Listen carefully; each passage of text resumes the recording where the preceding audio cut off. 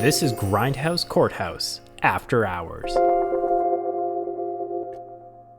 It was a fucking bad movie. Holy it was a turd shit. back then. I remember watching it. Oh my god, yeah. It's not like there's no time period you could travel back to where this was a good film. Oh Man, like I think I only watched 5 minutes of it like consciously. Like everything else I was just like it was like brain Dave, it just kills your brain. Dave, you did a great job though.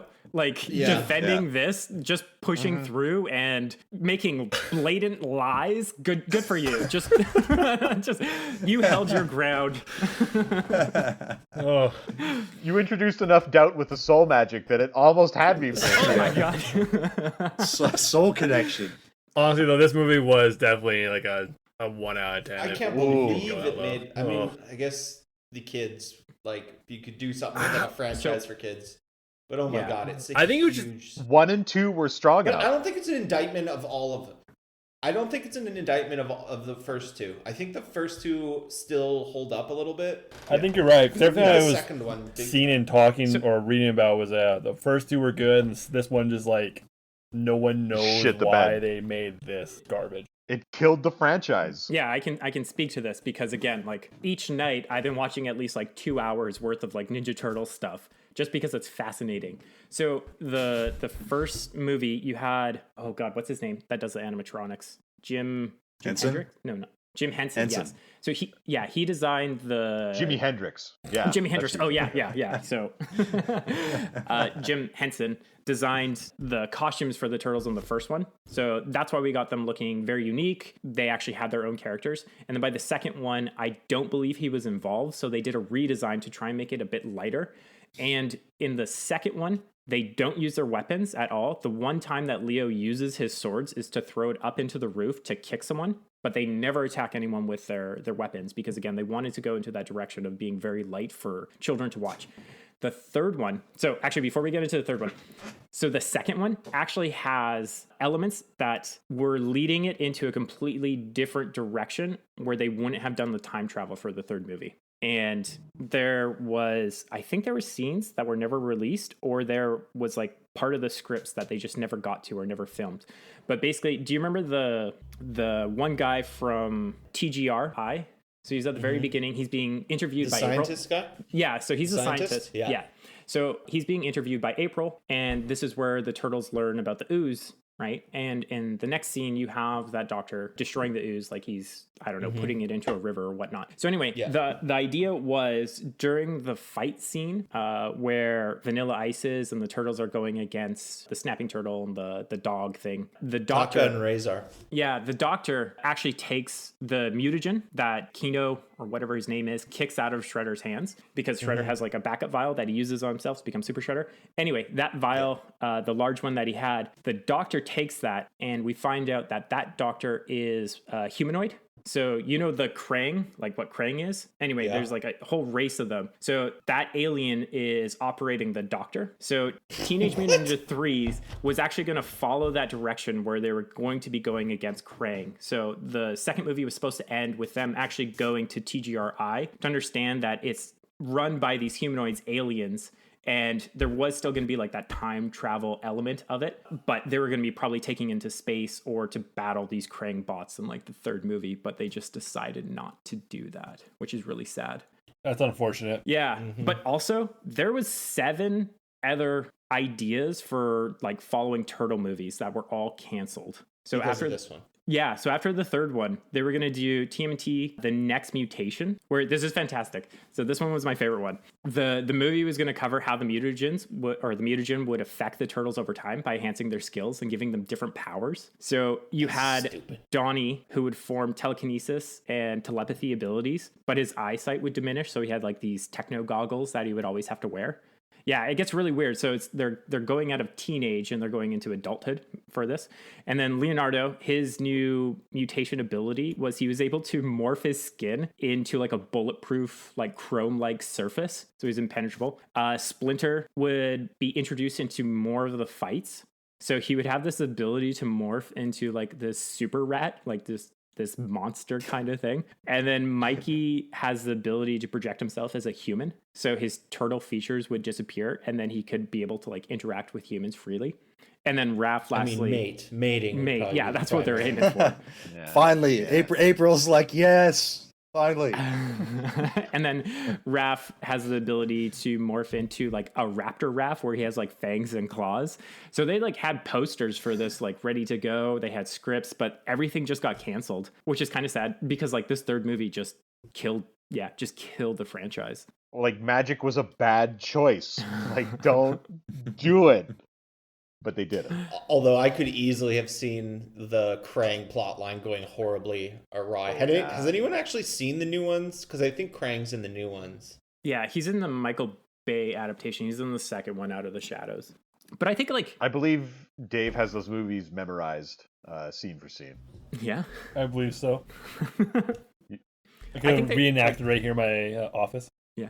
I think if they were to do like a reboot of the Turtles, I don't think they could do movies right now. I think they would have to do like a Netflix series, like do like 3 seasons of it and make it a lot darker and grittier and like keep it in New York for the first season and then start leading it into like interdimensional space travel and so on. I'd say yes, but every Netflix show is good for 3 episodes and then the quality just takes a fucking nosedive. And all theaters across the entire globe are closed, so... You do what Disney Plus did with Mulan. They released it to Disney Plus for an extra charge of $30. Yeah. So watch it. It's I like have to pay money on top of my subscription? Yeah. To watch... Yeah, because it's a brand new movie. It's like... Fucking Mulan? I'll do it. I'll do it for Mulan. It's a pilot, right? They want to test this out with other movies that they wanted to release. So like Black Widow will be the next one that they release for like $30 because that's what people typically pay when they go to a theater. Yeah, because like everyone can watch it in your living room, right? So it's like a family deal. Yeah, I live alone. I don't know. That's it. But if you live alone, it's like $30 for my whole family of one. Yeah. Okay. Do you guys want to go into court of public opinion? Yeah. Sure. Yeah, Okay. Let's do that. Let's see how this court of public opinion goes. Oh my god, Let yeah, me just sorry. pull up the I'm Wikipedia refusing to page. talk about surviving the game. Sorry, that was a long tangent. I just got so excited after like researching Ninja Turtles. I was just like, my childhood was being met again. I was just like, my inner child is coming out, Dave. Well, I love you that one we had more. to blow our Teenage Mutant Ninja Turtles wad on 3, like arguably the worst one. Not arguably the worst one. Period. Yeah, it was the worst. It is the worst one. By the way, Adam, I legit like. you should It's check hard to out watch, this guys. Netflix show, The Toys That Made Us. Mm-hmm. They do Yeah. an episode on Ninja yeah. Turtles. It was pretty cool. Yeah, I think I watched that a while ago, but You might have seen it already. yeah, definitely check it out again. Welcome to a special session of the Court of Public Opinion. This week we have 3 discussions. Dylan is going to start with his review thoughts of the 1997 comedy, The Pest, since he refused to watch Surviving the Game and believes that both movies are fairly similar. Following Dylan, we will have Tom, who will be sharing his opinion on the 2004 version of Dawn of the Dead. Lastly, we'll have Dave following up what he thought on last week's movie, Surviving the Game. So Dylan, how was The Pest? Okay, so I don't think it's similar to Surviving the Game. I think they're both based, I know they're both based on the 1924 Richard Connell short story, The Most Dangerous Game. Walker, do you remember reading the story in grade 8? I'm pretty sure we were in the same class. Vaguely, although I do know what the story is like basically Okay. about. Yeah. Okay, Man. so yes, man is the most dangerous game. Okay, so in Surviving the Game, it was like this homeless guy, this homeless Ice-T who gets tricked into becoming the game. In the Pest, John Leguizamo is an annoying guy who just agrees to be hunted. Is it for money? Yeah, it's for money. So this German manhunter's like meets this annoying John Leguizamo and is like, I will hunt you for how much money would you expect to be paid in order to allow a German to hunt you? Let's go around the table. We'll start with Dave. Dave, what's your number there? I'm gonna say about 100 million. 100 mil, okay. It's pretty steep. Yeah, I don't want to be hunted. Tom? I'm going to say $7.4 million in that range, roughly. We're doing Price is Right rules, right? So Yeah. Dave's 100 million is way up there. Yeah. $1. Okay, Adam. Wow. Oh boy. Do we know anything about the German hunter before he hunts us? Like, do we know what his skills are, or if he's like a decent hunter? Guns. His skills are guns that he shoots with. Do I know them? Wait, do we get anything to defend ourselves, or we just like push into the forest? He gives them something hilarious. It's like some shitty little knife or something. Okay. I can't quite remember. And do we know the environment and how long I'm going to be hunted for? Forever. Till you either escape or are killed. So this hunt could go on for life. That's what you're telling me. Like if I was able to escape whatever. No, it's in a space. It's defined not by time but by space. So once you leave this space, then you're safe. Okay, well how big is this space? Because it's like a game reserve. So I mean, you like could 70 walk out years. of it. The space is 70 years. Yeah. So this movie's actually just about death. How death follows you around for your whole life. No, it's a game reserve. I don't know how big that is. You're asking too many questions. Just give me your damn number. Well, I just thought that if I'm putting a price on my life, that I should ask a few questions rather than jumping into it. I'm gonna go with a cold 1 billion. Actually, no. I'm gonna take it back because Mark Zuckerberg just reached 100 billion this week, so I'm going God, 100 just billion. give me a number. 100 billion, Dylan. Okay. Matthew? I mean, if we're doing Price is Right rules and Tom just fucked us all, I guess you got to do like 7.4 million. That's exactly what he said. That's a good guess. 7.3999. Oh, you fucker. And that wins it for Walker. That's it. He says he accepts for $50,000, like an okay yearly wage. Like a nice truck. Like a fully loaded F-150. I don't even think you can get a fully loaded F-150 for $50,000. So he agrees for $50,000. So literally like thousands of times less than most of you would. And the unique part about this is that instead of like being a badass, like Ice-T's a badass, and that's how he gets away.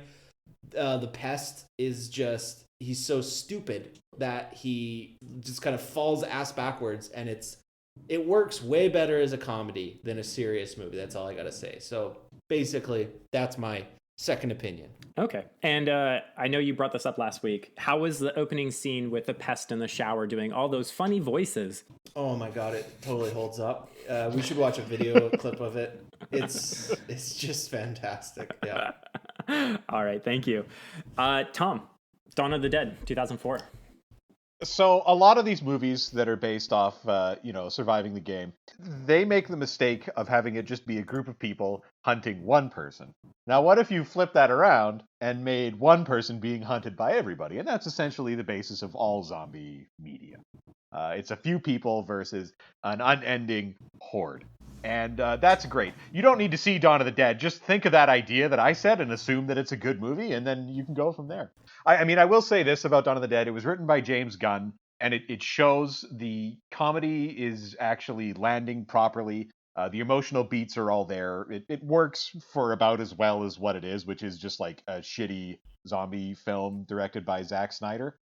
And that's fine. That's okay. I mean, this is the movie that made zombies fast. Well, this and 28 Days Later, but it's fine as far as movies go. I mean, zombies are kind of played out by this point. We can kind of thank The Walking Dead TV shows for kind of burning the entire populace out. But travel back to 2004, where there wasn't so much zombie media, and you were really reaching for it. You wanted it. You wanted to see the zombies. And this works. Yeah, that was going to be my follow-up question to that, because I'm trying to remember what movies were playing back in 2004. Do you think that this movie sparked all of the zombie franchises? Because back in the 1980s, we had... I'm pretty sure 28 Days Later, it's on record that it rekindled 28. Yeah, 28 Days, it was the initial push that kind of got everything going. And then everybody started releasing all of this, media afterwards, kind of in response to that. I would say this is the movie that has kind of given us the sort of tropes and whatever else that you see in most things. A lot of the characters are kind of archetypes and whatever else and blah, blah, blah, blah. But 28 Days Later is a better film in many regards. still holds up, still great on its own, whatever else. This movie is fun trash, and I love it, but it is trash. Do you know Thanks for which coming to my TED movie? Talk. Do you know which movie introduced the concept that zombies eat brains? That was the It wasn't. It's the one where they go into the basement and that thing is in the tank, right? I can't remember the name of it right now. That was with the not mutant rain, acid rain pouring into God, the graves. I love that movie so much. That is such a good zombie film. What's it called? I think it's Return of the Living Dead. It's something it's something generic like that. There was some specific thing where like two guys made the original Night of the Living Dead, and like Romero went off to do all his things, and the other guy said, well, I want to make zombie movies too, so he made that one. And it's great in the same way that like this is a great addition to the zombie mythos, but it doesn't push it ahead in any significant way. I just love that like but in terms of like the famous zombie movies, that one's pretty far down the list, even though it introduces such like a staple of the genre. Well, it hurts being dead, and eating the brains of the living makes it hurt just a little bit less. That creeps me out. Like there's a couple zombie scenes, like the scene in what's the one where they're in the underground bunker? That's Day of the Living Dead, right? Day of the Living Dead, when the guy's head sorry. gets Day of the taken Dead. off, and they do that like up-pitched scream that like bothered me deeply. And this scene with the half torso zombie, where she's explaining why the zombies eat brains. That's very disturbing. I don't like. the scene with the boyfriend where he's yelling at his girlfriend in the attic. Let me eat your brains. And then she does. Yeah, that's. Well, I mean, what else are you gonna do in that situation? Barely any actors from Dawn of the Dead 2004 went on to have careers. The father, Ving Rhames is in it. he did Modern Family. That was like his big break. They're just like, Oh yeah, Ty Burrell. Tay Diggs. I don't know if Tay Diggs was in Dawn of the Dead. I'd have to go back and watch it again, but I'm pretty sure he wasn't in that. It's Mekhi Phifer and Ving Rhames. Yeah. Yeah. Ving Rhames is also in it, but I mean, Ving Rhames is unmistakable. Apparently, he just ad-libbed most of his lines in this film. They gave him the script, but he's like, nah, I'm just going to do my own thing. Doesn't he do that in every movie? Yes.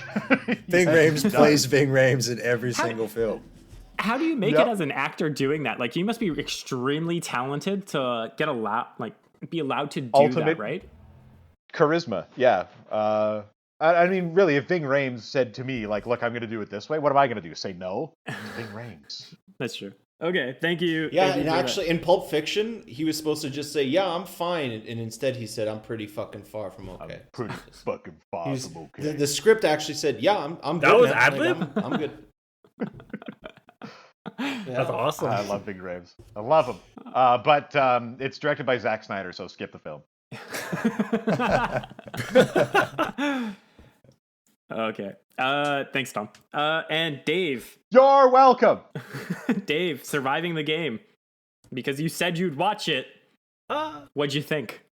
That surviving game is, for me, it's like a drinking game. Yeah. Movie. It's one of those movies where it's like, it's enjoyable. It was okay. But there's definitely moments they like a longing stare from the hunter. That's a drink. They shoot a tree. A drink. Like you see creepy hunter like stuff. Like that pig's head. That's a drink. The son screaming dad. That's a drink. Gary Busey's philosophical musing. Just like, that's how I view that movie. Deep thoughts. I think that... yeah, that's how I view that movie. That's how I felt watching I think it. that perfectly sums it up. Yeah. Hey, have Gary Busey wasn't and great. Nick Nolte ever been in a movie together? Oh, we would know about it by now if that happened. Yeah. Right? Are you That would go suggesting down they're like- the same person? No one's ever seen them in the same room. They strike me. Just different angles. Yeah. That- It's like Jon Favreau and the guy who looks exactly like Jon Favreau, and I forget. I know exactly who you're talking about. Yeah. I think they were actually in that Keanu Reeves football movie together, The Replacements, but I think that's the only time. But there are just certain actors where I'm like, you guys are the same person, aren't you? And Nick Nolte and Gary Busey are one. Yeah. Because they're just both lunatics. Imagine them in Heat, replacing Pacino and De Niro. If you had Nick Nolte and Gary Busey. Just Amazing. How Just insane. squaring Like, off he's in that great. diner. Yeah, just shouting So- at each other. Who would be Al Pacino in that role? Because Al Pacino is going fucking nuts in Heat. Yeah. He's yelling and screaming the entire time, and I love it. Would you rather have Nick Nolte or your worst nightmare Butthorns in that role? Okay, so I think I'm gonna go with Gary Busey, just because I want to hear Gary Busey say like, and she's got a great ass. Like that would be the line that would hook me in. But Don't Only waste he'd my say- motherfucking time. Yeah, definitely.